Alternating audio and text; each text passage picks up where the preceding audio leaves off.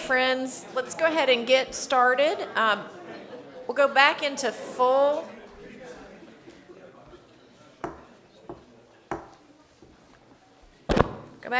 commission. Had a lovely reminder at our break from our general counsel that we were so excited to honor Commissioner Watson that I missed the approval of the minutes. And so you have minutes in your packets, and I will accept a motion to approve the minutes. Moved and seconded. Any discussion? Any comments from the public? All those in favor of approval of the minutes say aye. Aye. Opposed, no. You approve. Excellent. Does this mean we can start over the meeting today? Wouldn't y'all like to spend another couple of days? The setting's lovely. Thank you, Bryan College, for hosting us. So with that, we have finished all of the full commission business for the day. We will now move into committees. What we have remaining on our committees are property and infrastructure, which was supposed to be first up today, but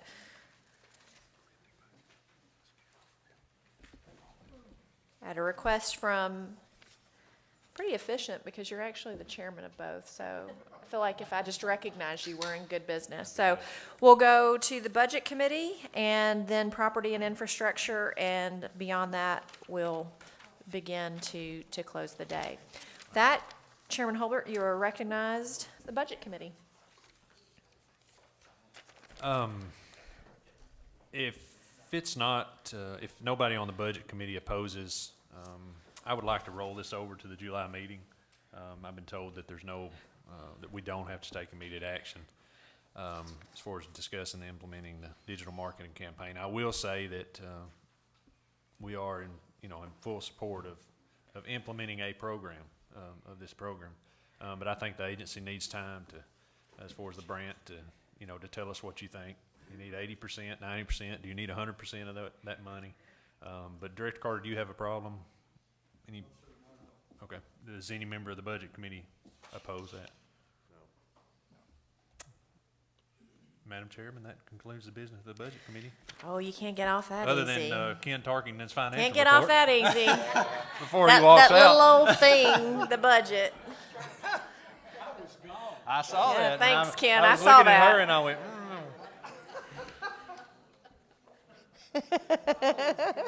Ken, go right ahead, Ken. I wonder why you're always last. I was going to ask that, but I figured there was a good reason, and I might not want to know. There's a 3-page budget report on your iPads. I'm reporting through the month of March of 17. And on the boating side, on the boating allotment, we're approximately 4.8% less than we were at this point last year through March, presumably with wet weather and cool weather. The expenses approximate 48% of the annual allotment. Now, in the wildlife account, we're 5.8% down, but if you look down in the middle of that screen, I guess, on your iPad, next to the 5.8%, it says a positive 133. That should be a negative 1,456,000. My column formula did not pick up the last two figures in that column. So we're down approximately 5.8% in wildlife.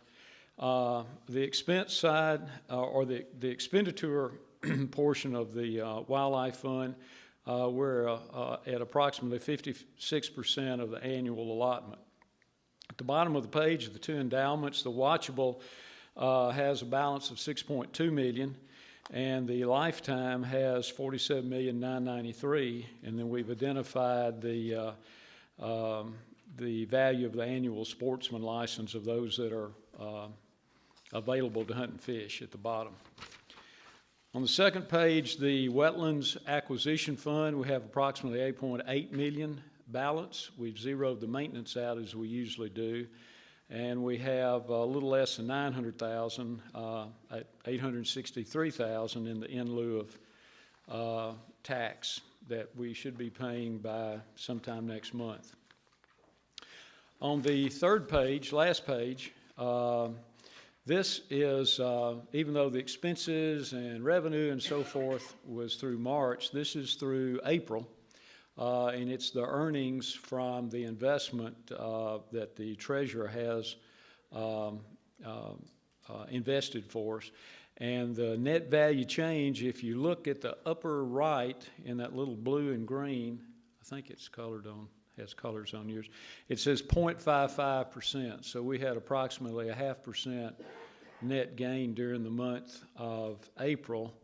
And then if you look on the lower left-hand side all the way down at the bottom, a little bitty teeny tiny print where it says totals, it says 1.72%. So we've earned since the inception over 1.7% on our earnings.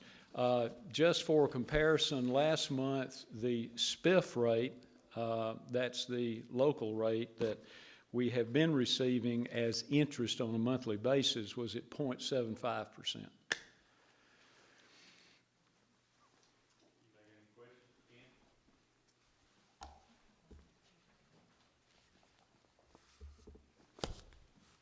Thank you, Thank Mr. Oh, actually, Ken, I've got some questions. So Sure. Can you talk through the negative 4.8% and negative 5.8%? What the, and you, if you mentioned it, my apologies if my attention span's gone on me. Can you attribute that to anything specifically?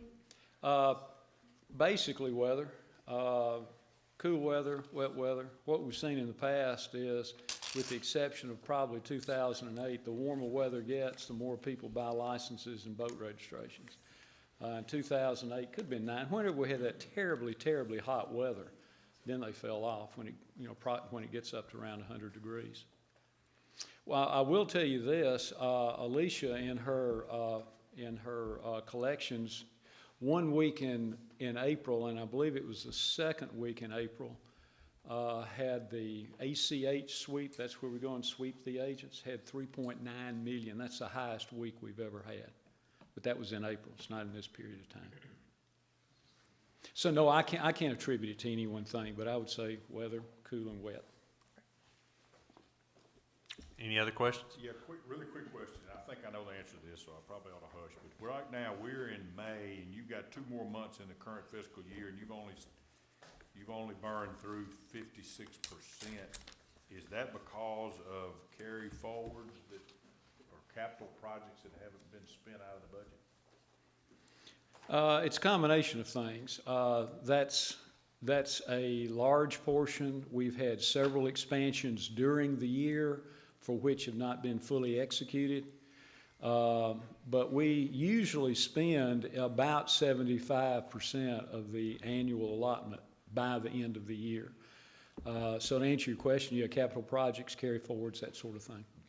Okay. The larger, I hesitate to say one time, but I guess a good example would be our building, our building renovation. It has probably been carried forward since its initial budgeted amount, less than $4 million, somewhere along there, since probably 2011. And we will probably carry a little bit more forward this next year to finalize and finish it out. Okay.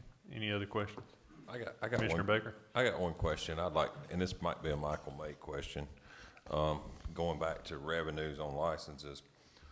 With this explosion that we've seen in the high school bass fishing that's taking place all around the country, I would like to know, I'd like for us to do like a 5-year look back to the number of, say, 18 and under licenses that we've sold and see how many more new licenses we think we're generating because of this high school bass fishing. If you could get that for me by the next meeting, like over the last 5 years, I'd appreciate that. Thank you. Any other questions or comments? Anybody else? Thanks, Ken. Thank you. Now you can run out the door. That concludes the Budget Committee meeting. We'll go straight into Property and Infrastructure Committee, if that's all right with you. I'd like to call on Director Carter. I had asked that he give us an update on our agency's land acquisition and use of it, kind of their goals, but I think Tim Churchill was very busy, didn't make the trip, so you got put off with it. I'm good with that, and you're right, Tim, I think maybe some of the newer members don't know, Barry Sumners, who retired, had been with us for 27 years and handled our federal aid for the last 17 of those, has been switched to Tim Churchill now. So Tim, when we were talking about coming here yesterday or day before yesterday, he said, if there's any way you can do this for me, I really got to have this federal aid thing that's hanging over me, so I didn't think y'all would care.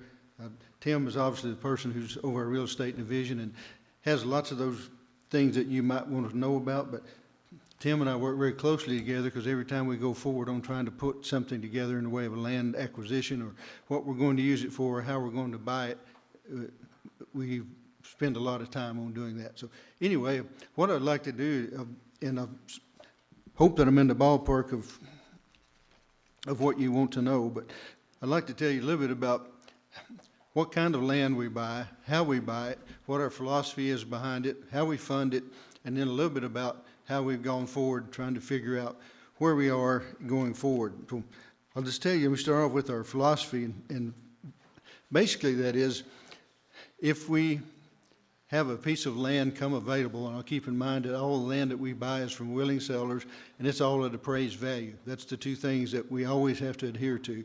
We have a number of partners, and I could spend quite a bit of time telling you who all those are, but essentially it'd be any of the big land acquisition groups or any of the other non-government organizations that we work with. But if we see a piece of land that fits into our scheme that we want to build forward, we do our best to buy it now when it's available, because that's kind of where I want to start with some of the comments I have here. First of all, though, I want to just remind you that when we buy land, it's specific. It's a place for wildlife, and obviously for wildlife management areas, and there's all kinds of needs underneath wildlife management areas, whether they're a refuge, whether they're a public hunting area, just whatever they are, but we have to fit that into our scheme. So we want to find out that it's a place for wildlife. Secondly, it's an access area for people to utilize to hunt or to wildlife watch or to whatever that they do in terms of wildlife. As you probably know, if you try to find a piece of land to lease from somebody for a hunting purpose, you know how much competition that is. So when it comes available, and if we have the money to do it and it fits in the scheme, we try to buy it as quickly as we can. So that being said, I just wanted to throw this first slide up, and I won't spend a lot of time on these because they're kind of repetitive in terms of telling you what I'm trying to do. But this is the Southeast Conservation Adaptation Strategy started 6 years ago. And it was an idea that the Southeast, the 15 directors of the southeastern states, plus the 2 territories down in the Caribbean, said we need to work more together in terms of being a little more collaborative in what we do in terms of land acquisition and the use and in management, because wildlife doesn't respect state boundaries, obviously, and we would do better if we spent our money wisely. We put this thing together.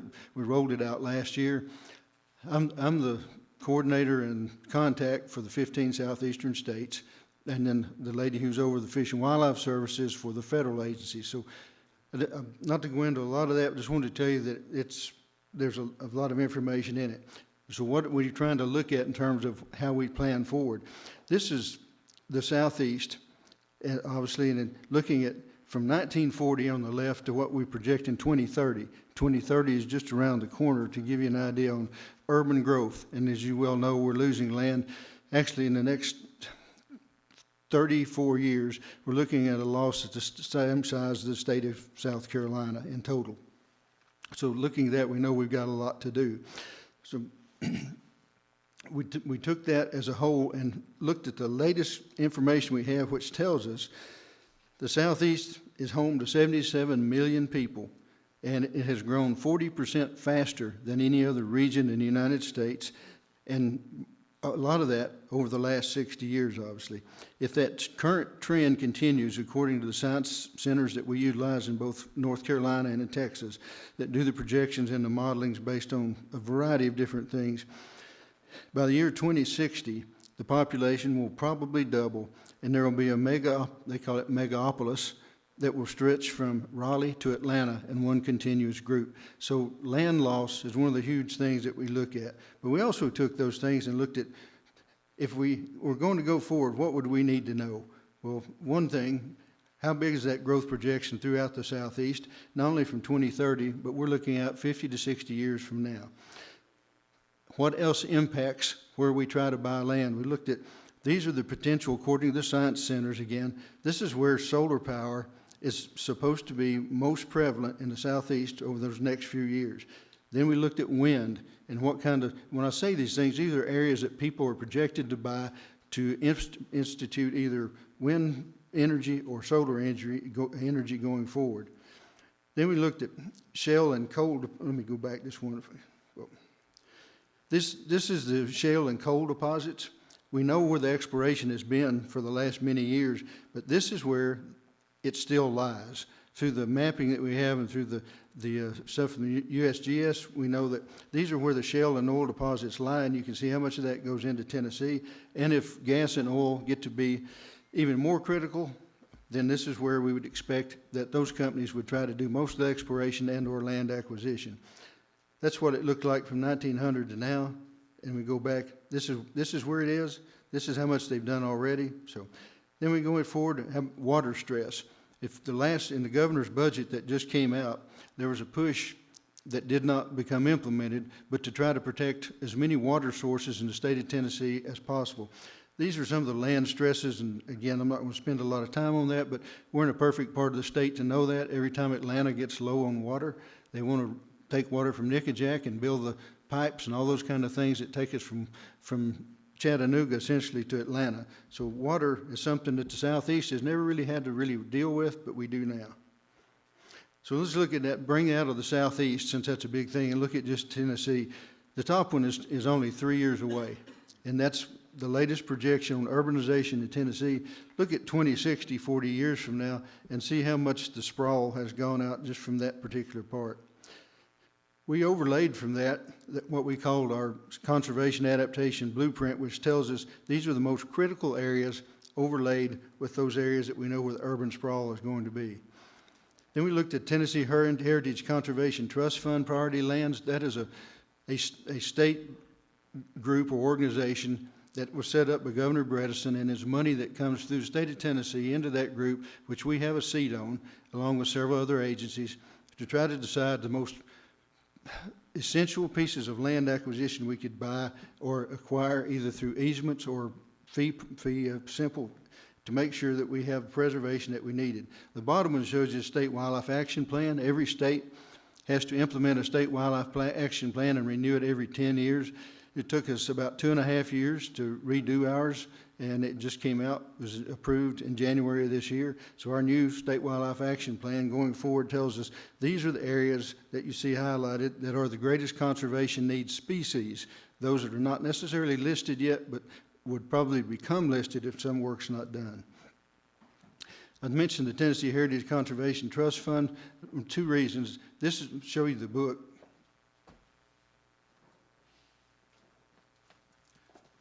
I just wanted you to know it's not a little publication. This is the book that was done. It includes all the priority lands from all the state agencies in the state of Tennessee, not necessarily DOT, but all the other conservation agencies and some of DOT, that would tell you here's the priority lands, and you can see how big that is. That was pretty much well shepherded by our agency.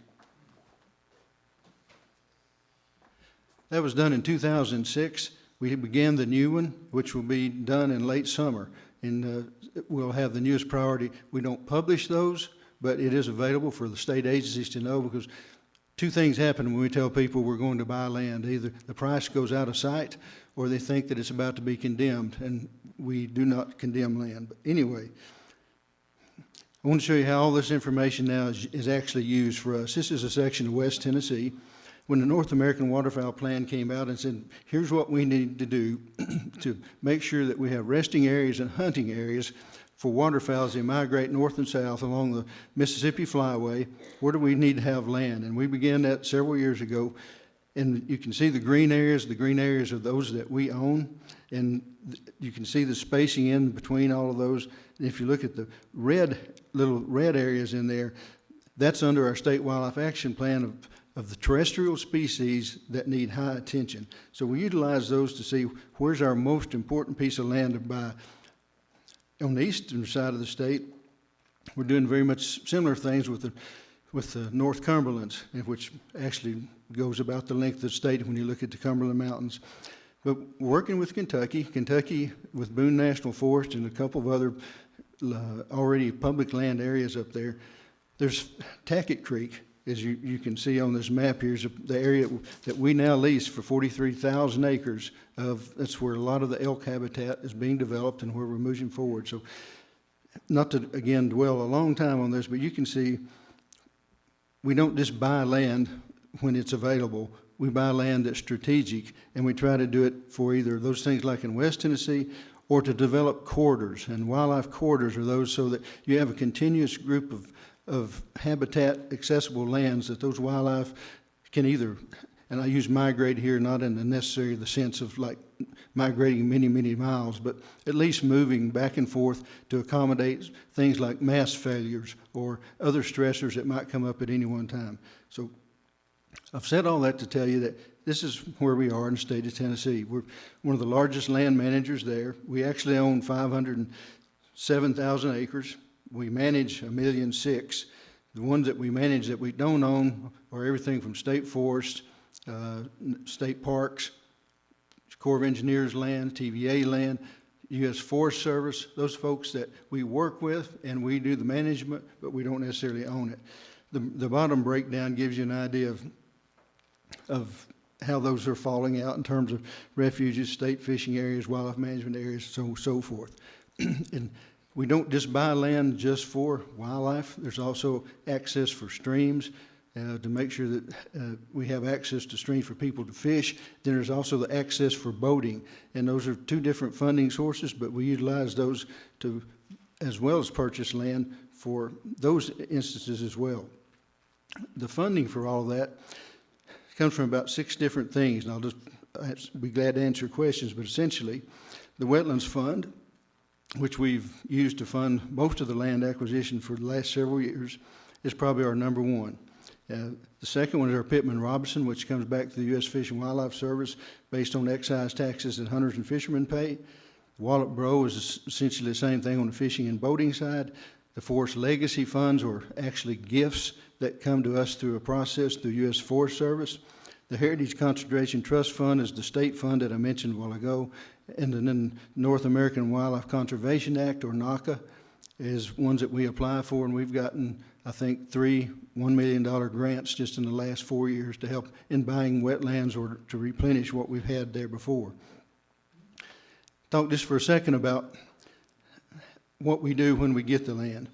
We know that we don't have personnel or funding to do everything we'd like to do on each one of those tracts of land. But I go back to say that when we look 20, 30, and especially 60 years from now, that land won't be available. So it's either get it now and hold it essentially in trust, do what we can with it, turn it into public hunting areas, but we don't have to intensively manage every speck of the land that we have, and we don't in a lot of those areas. Some require a lot more management than others. Waterfowl areas are very intensive in terms of what we have to do. Others are just somewhat planted, some are just forestry programs. There's a variety, and each management area is divided up and managed based on what it was intended for when it was bought and how we can utilize it best for the public. We have been receiving a lot of criticism over the last 2 or 3 years because, as one person said when we were in one of the legislative sessions, if TWRA gets it, they'll just lock it up and you can't use it. We have to remind them that this land was bought for a specific purpose. It's not a state recreation area. It's not a state park. It's set up for wildlife. In our last strategic plan, which we finished 2 years ago, for the first time ever, we put in our strategic plan in terms of land use, what we can do to accommodate any other uses on wildlife management area that will not interfere with our primary mission. And we've done that. Some were mandated, like the ATV use up on the North Cumberland, but others like horseback riding, camping, trail riding, all those kind of things that we accommodate where we can, and it doesn't interfere. We're glad to do that. And the commission, as you know, instituted some some funding measures called high-impact fees during the last license increase. So we've put those together to try to figure out how we're going to do that. We talked just a second about how all of that impacts the budget that you see before you. Anytime we buy anything, we have to have money in the budget, so we usually have to come for you to make sure that you're okay with us going forward with that kind of purchase. But it is extremely rare that we ever use license dollars to buy anything. All these other funding sources that we've put together, I think in the last 8 years, we have bought one piece of land where we used any license dollars. So, and I think it was in the neighborhood of 200 and something thousand. So essentially, we don't use license dollars. Lots of people make the match for us, and we use either the Wetlands Fund or Pittman Robinson funds to buy it. So in terms of being able to enhance what we're doing on other areas by not using these lands this money to acquire areas, there's really no trade-off because we're not using any of that money there. So it gets down to philosophy then on what you use and how you use it. I ask our folks to put together a management plan for each wildlife management area in addition to the other things that they have to do in terms of strategic planning on their area.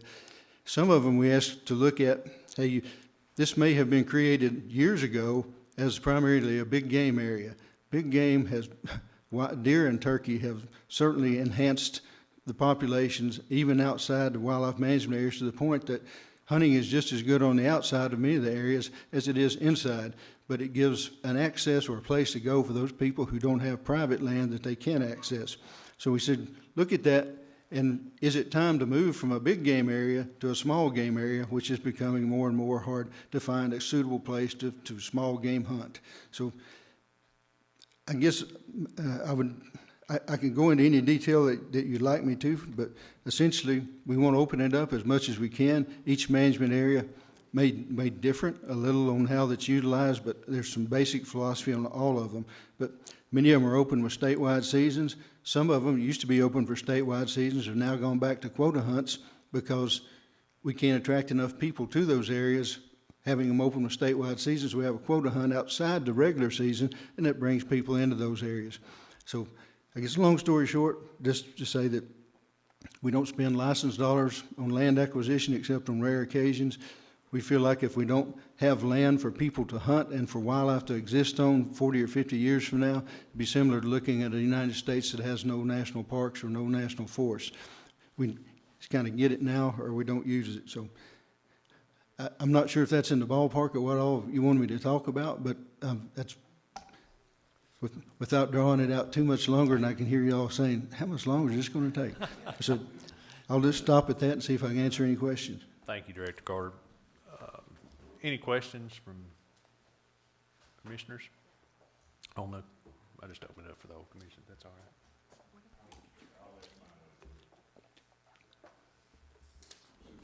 Go ahead, Mr. Cox. I guess, Director, how often, I know that the WMAs, I say I know it, I used to know it, that the WMAs and the way the process works is you got a WMA manager that makes recommendations to how he wants that WMA managed as far as seasons and plantings and that kind of thing, and that comes through the region, or it came through the region and it comes to Nashville. How often, or do you ever, or what is the overlying philosophy of the management of those WMAs that manager is responsible for? We have WMAs that are closed to rifle season, that are closed during waterfowl season to all other hunting. We have things that are not friendly to other user groups that I would suggest could be more utilized, and I just wonder, and that's the broader topic that I'd like to talk about with the land, is how it's used and what the overriding philosophy is that this WMA manager or the region is using to manage that land. Not that all of them are doing it wrong necessarily, but it seems like some of them could be used and utilized better, or some could go to public hunting areas and more intensively manage the WMAs with the manpower and equipment. I wouldn't disagree with all of that. I guess to answer the first part of that, the wildlife management area person who's responsible for generally more than one area. They're generally responsible for a number of wildlife management areas, and those people move from management area to management area as they can, as you know, as manpower and budgets allow. Some of them, depending on the size, like the North Cumberland guys, pretty much stay on the North Cumberland because it's so massive. Cheatham and Catoosa, you know, we have people stationed there, but they may also go off and work on other places, just depending on the need. But over the years, and this is where I was asking to go for the overall philosophy of where we're trying to go, do we really need to intensively farm a lot of those areas? And we've looked at that. It's most of the farming where we can we'll do with sharecropping, and so it's efficient in that respect. But at the same time, food plots, we look at food plots and where do we need them, how many of them we need. And a lot of it goes back to historically why that management area was either put in service, what the main reason was for the time, and then kind of what it's for. Is it a small game area, a big game area, waterfowl area? And if some of those uses aren't compatible, you know, a waterfowl hunter who wants to go in and hunt a waterfowl area, we're kind of different in terms of how we manage some areas in their proximity to others, so that you don't have one group of waterfowl hunters, kind of like we were talking about earlier, that come in and disrupt an area, or there's a refuge that is not open to hunting of anything else during waterfowl season because we don't want the refuge to be disturbed because it's a resting place for waterfowl. So all of that goes into each one. I couldn't give you a blanket answer, but I think we're wide open to looking. If you have an idea, hey, why don't we look at this on a particular management area? We can give you the history on, well, here's how we got to where we are. Here's what our plans are to go forward. And we're trying to lump management areas in where we can together. And for instance, on the National Bobwhite Conservation Initiative, we know that we have to have pretty much a huge block of land as kind of the central focus point for quail to move out from. So we try to incorporate private lands around it, and then if we can, and they're contiguous, we'll pull those management areas and say, hey, this management area is pretty much going to go to small game and primarily quail. So not to ramble on, it's really management area specific, but we block them where we can.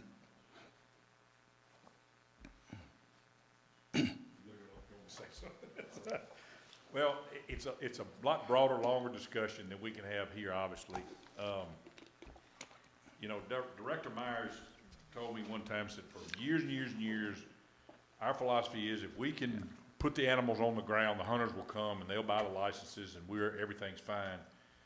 But we're beginning to see that that's not all we have to do to stay in business. So I just wonder if an analysis of the philosophy that we're using and where our money's being spent, and we went out and to David Jolly's and Chris were out there. I think it's Chris at the hatchery or the rearing ponds and all.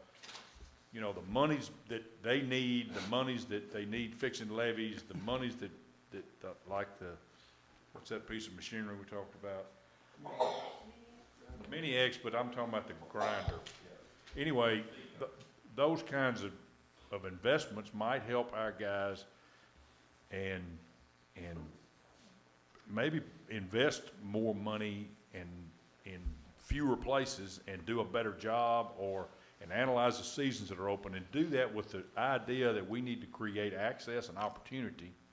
And I'm hoping in July, Eric Cummings can talk to us about what he's trying to do at Cheatham, because he's got access and he's got the philosophy that seems to be like I'm in my head, that might be more conducive to attracting people and selling licenses and making money while you're managing wildlife. Thank you, Mr. Cox. Commissioner Cook? So Director Carter, I greatly appreciate what you're saying about the population changes and how, as more people come in, less land is available, but more people are going to want to use the land. So that's, get as much land as you possibly can. I understand that part. But, there's also piggyback on what Commissioner Cox was saying. It's that, we only have so much money, so how much can you use to buy property and how much can you use to manage property? And that leads me back to my real question is wasn't there some legislation change a year ago that allows us to use some money that formerly you had to use for purchasing property, but now we can use, maybe it's PR money, I'm not sure exactly where it's from, but allows us to use it for management as well as purchasing? It did, and we have. The last budget we put together, thinking 25% of our operating costs on management areas came from that. And are we limited to that 25%, or can it be used for more if that's what? You're not technically limited. I'll just say that those groups, all the other groups that we work with, that shepherded that fund through, that got it there, watch every cent that we spend to make sure that we're not utilizing the intent of that fund, which was to acquire property, to beef up the TWRA's access area budget. I don't know if that was very clear or not. I'm just saying that they're the ones that helped push this thing through and kept it going. Without it, it probably wouldn't even be there. It was taken away during the Bredesen administration, and he brought it back again. So it's always been a year-to-year basis. We did get to, and I'll credit Chris primarily with shepherding that through to be able to make that last-minute amendment a couple of years ago. So it's very important to us, and we've used it on those areas that absolutely, like wetlands is what it's for. It was for acquisition, but it's specific to wetlands. We couldn't just use it anywhere. So by making that amendment, we could use it on properties that we own. We can't utilize it on anything that we don't own. We couldn't. I said we have 500,000 acres that we own. That's the only part we can use it on. The other 1 million we can't. So it really depends on the area. But again, everybody watches that fund really closely to make sure that we're not taking advantage. So we did get a new funding source for maintenance, but it looks like we've maximized that. I won't say we maximize it, but I think we've used it to the point where we're okay, that we're not gaining a lot of criticism.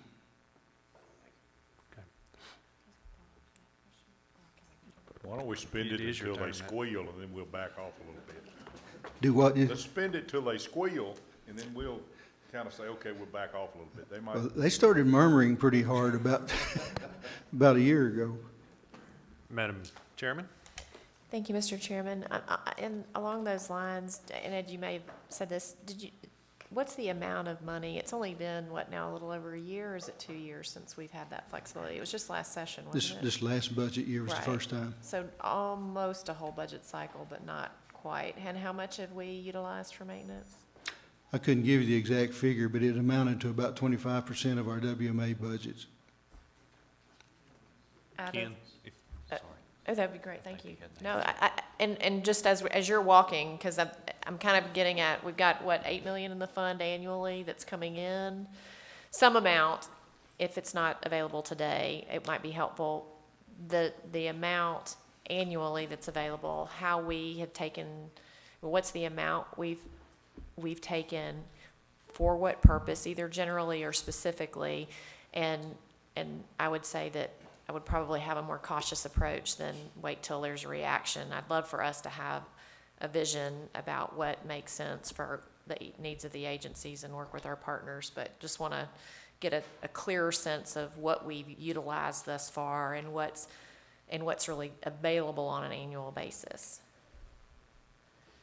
Well, Ken Tarkin, Chief Administrative Services, as I recall, the fund initially was set up to acquire property and pay in lieu of tax, and then maintenance was added later.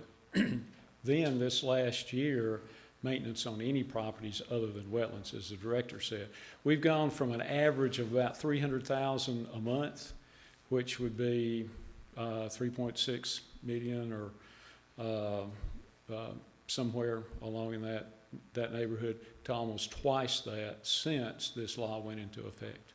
So the other amounts are being consumed by properties that we already owned or we have just acquired that were not wetlands.